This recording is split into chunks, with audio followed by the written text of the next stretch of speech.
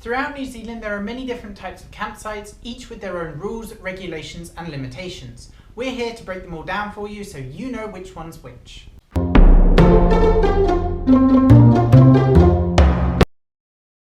In this video we're going to break down the different types of campsites into three main categories: privately owned, regional and DOC. So first off we'll start with privately owned campsites. Now these are campsites not owned by government or councils but instead are run and owned by locals. They can charge any fee they want and usually have their own rules. They are quite cheap, although I do recommend you watch out for the holiday parks, which can be extremely expensive, in excess of $30 per person per night.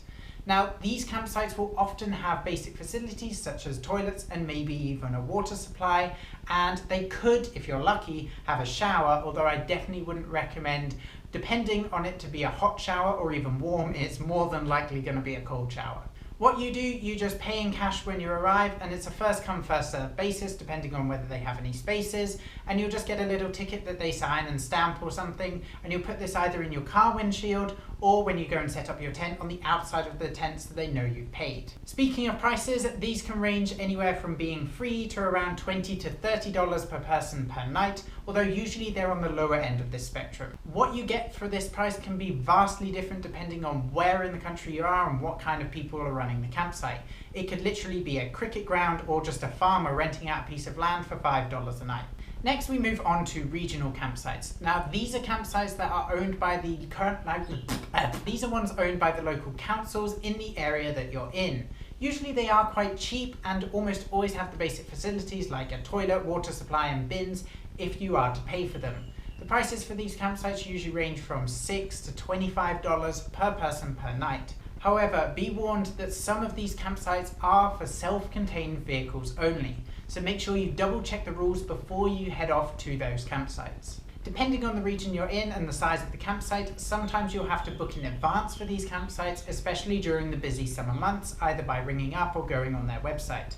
Otherwise than this, it's just a first come first served basis. There'll usually be a cashier at the entrance desk, you'll just pay your fee and drive off to your campsite. And of course, some regional campsites will be classified as these holiday parks, and they will be always more expensive, anywhere from about $19 all the way up to $40 per person per night.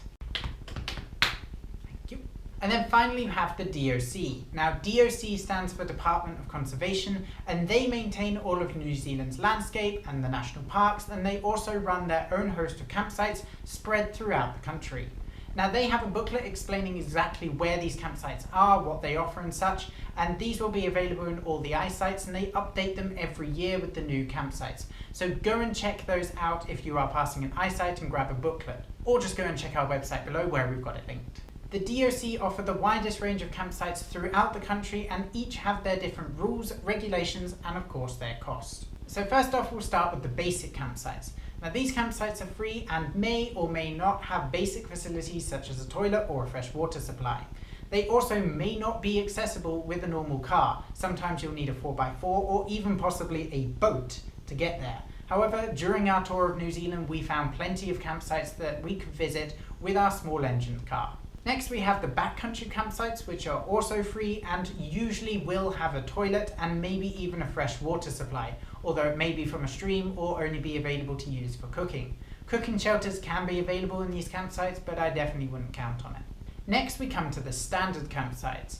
Now these will cost anywhere from around $6 to $8 per person per night.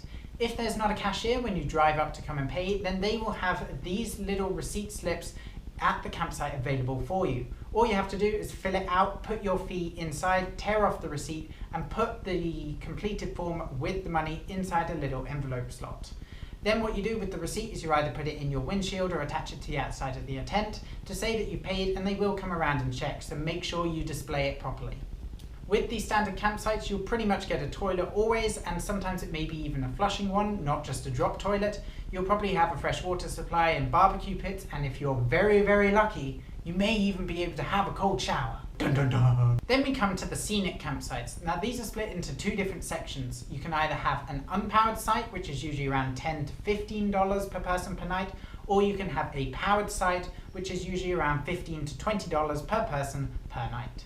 These are the most common campsites that the DOC offer, and almost all of them will have good flushing toilets along with a water supply, barbecue pits, fires, tables, chairs, etc. And you'll probably be able to have a cold shower whilst you're there. And then we have the most expensive campsites, these serviced ones. Now these will offer unpowered sites for around $18 to $20 per person per night, or powered sites for around $25 to even $30 per person per night. These are fully fledged campsites. They'll have good toilets, warm showers, although I wouldn't count on it being hot, lots of sites available, fire pits, tables, chairs, etc. and even laundry facilities available at some of them. Although if you're staying in a group of 2 or 3, you may as well just go and pay for an Airbnb, honestly, it's more worth it. Of course, you can always freedom camp. If you are planning on doing that, then what I recommend is you go and check out our videos that we've done. Some of them are linked down below, but make sure you always follow the rules of the campsite and leave no trace that you were there. You can also use apps such as Campermate or Maps.me to find these campsites, and it's especially useful for the regional or the privately owned campsites,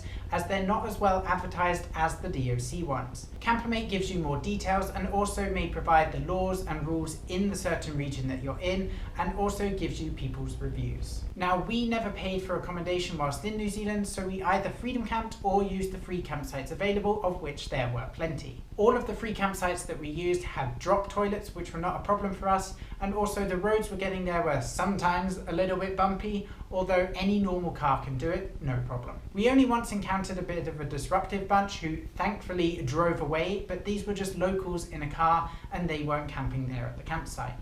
If you have any experience or recommendations on specific campsites in New Zealand, then we would love to hear them. Let us know down in the comments below. Don't forget to give this video a huge thumbs up if it helped you and you enjoyed it. Follow us on Facebook, Twitter and Instagram, and subscribe for more videos such as these. We'll see you next time. Turn it off.